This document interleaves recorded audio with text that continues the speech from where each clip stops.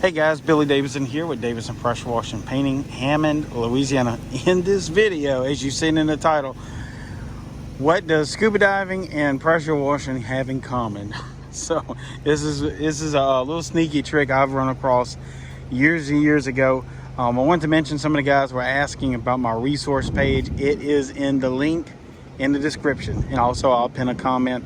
That way you can find it. I know a couple guys were looking for it, and I sent them the link manually. That's fine. But you know, if you're new to the channel, that'll let you know where we put it. More helpful information for your power washing business. So yeah, what does power washing and scuba diving have in common? Well, in scuba diving, the cave divers, if you're familiar with that, they go down in the caves and they spend quite a bit of time down underwater, and it can be disorienting.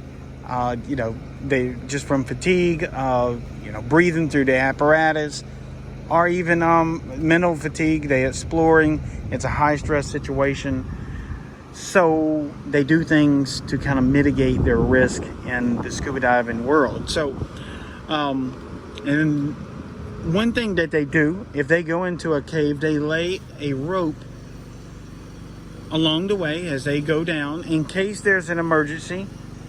They can pull themselves out, and also the rope shows them the way out as well. So what do you may say, what has that got to do with pressure washing? Well, it has a lot to do with pressure washing. When I tell my guys all the time, hose management is your way out. You know, that is the way home. A lot of times this hose management can get you all bound up in trouble, and where you pop a line and then you're out here trying to fix it, or you run short and you're having to walk so much to unkink it, and it gets hung up on things. So the same thing with our scuba divers. We want to follow the rope out of the cave. So there's a prime example. We're in between these two vehicles. You come in here, you walk in, you do what you got to do, and you walk out the same way your hose lays on the ground.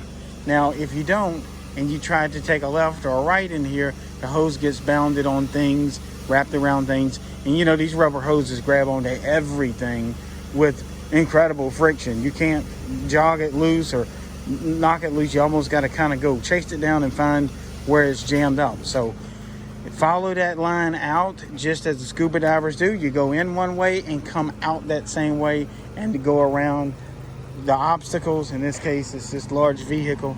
Make wide sweeping turns around the vehicle, this trailer, and you'll be fine. So that's how we've always done it. It's how I always teach it, and I always use the analogy about the scuba diving, following his rope out of the cave. And that's the same thing you want to do with your pressure washing hose. Whether you're working around vehicles, you're working around someone's house, especially with plants, little shrubbery, trees. If you're on porches, you don't want to be pulling things over and pulling things down. So walk back the way you came in. Just walk that line. So guys, again, this is another expert tip. Pressure washing make you more successful on your job site, so you can get home quicker to your family with a bigger and fatter check. Again, I'm Billy Davidson here with Davidson Pressure Washing Painting, and I hope to see you in the next video.